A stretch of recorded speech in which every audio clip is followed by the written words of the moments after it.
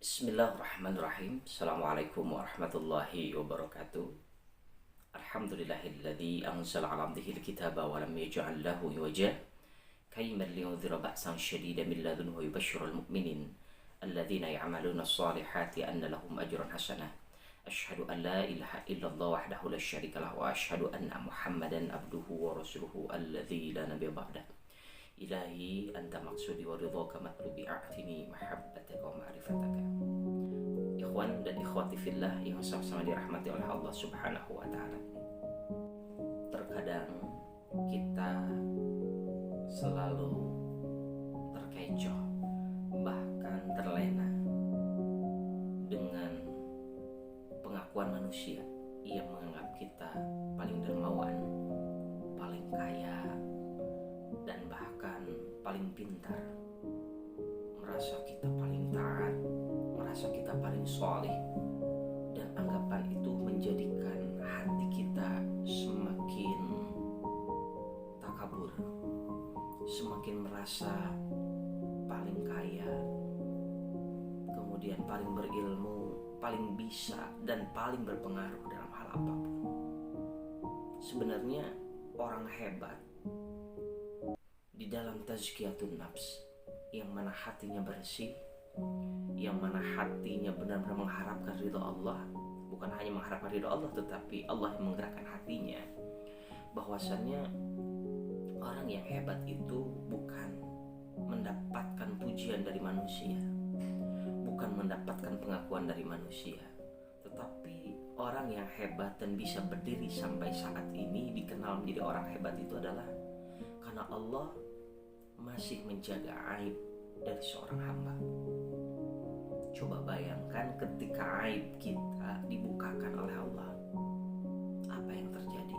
Mungkin bisa jatuh, mungkin bisa terpuruk, mungkin bisa juga kita merasa malu karena aib kita ini mungkin lebih banyak kita melakukan dosa, karena ternyata sebagian dari aib kita adalah kita melakukan maksiat.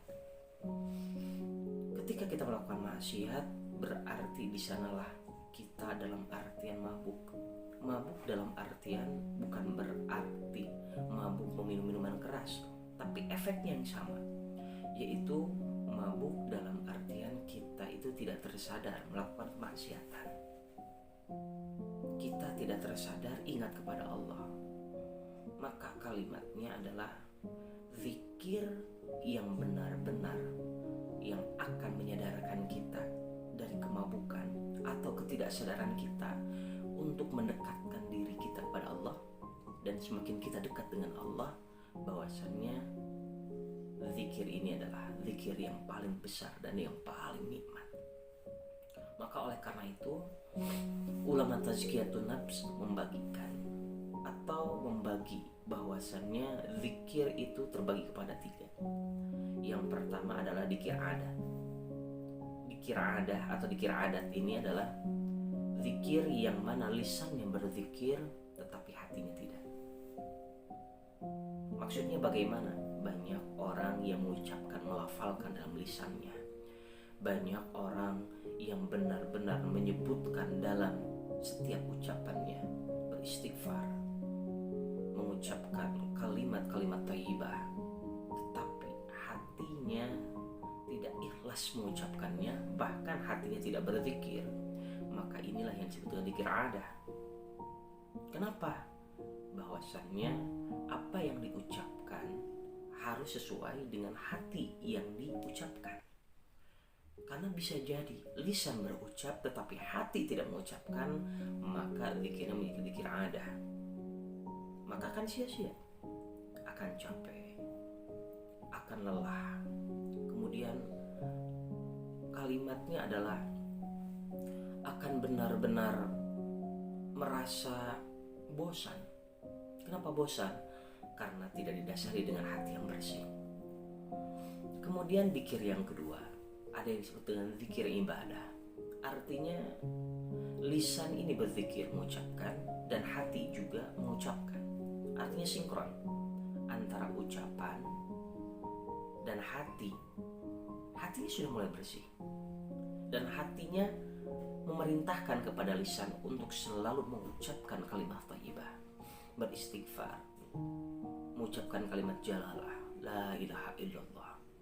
Kemudian bahwasannya hati ini benar-benar menuju kepada hati yang mensucikan kita, mensucikan hatinya untuk mengucapkan kalimat-kalimat thayyibah. Maka zikir ini disebut zikir ibadah, mengandung unsur pahala. Tetapi ahli zikir yang mana hatinya benar-benar mengharapkan ridho Allah, hatinya benar-benar digerakkan oleh Allah, maka kalimatnya ada yang disebut dengan zikir mahabbah. Apa yang disebut dengan zikir mahabbah? Zikir mahabbah adalah ketika hatinya ridho, ketika hatinya digerakkan langsung oleh Allah, mengucapkan kalimat zikir dan lisan pun mengucapkan kalimat zikir, maka semua akan sinkron, memerintahkan seluruh anggota tubuh kita untuk berzikir pada Allah. Maksudnya seperti apa? Anggota tubuh kita berzikir, tangan ini digerakkan kepada hal yang baik, mata ini melihat hal-hal yang baik, telinga ini mendengarkan hal-hal yang baik, mulut ini berbicara atau mengucapkan kalimat-kalimat yang baik, kaki ini dilangkahkan kepada tempat-tempat yang terpuji. Kemudian seluruh anggota tubuh kita akan sinkron dan enggan untuk melakukan kemaksiatan. Maka inilah yang disebut dengan zikir mahabbah. Wallahu a'lam bishawab, wallahu a'lam bimuradi. Wassalamualaikum warahmatullahi wabarakatuh. Jangan lupa like, komentar, dan subscribe channel Study Bersama agar barokah.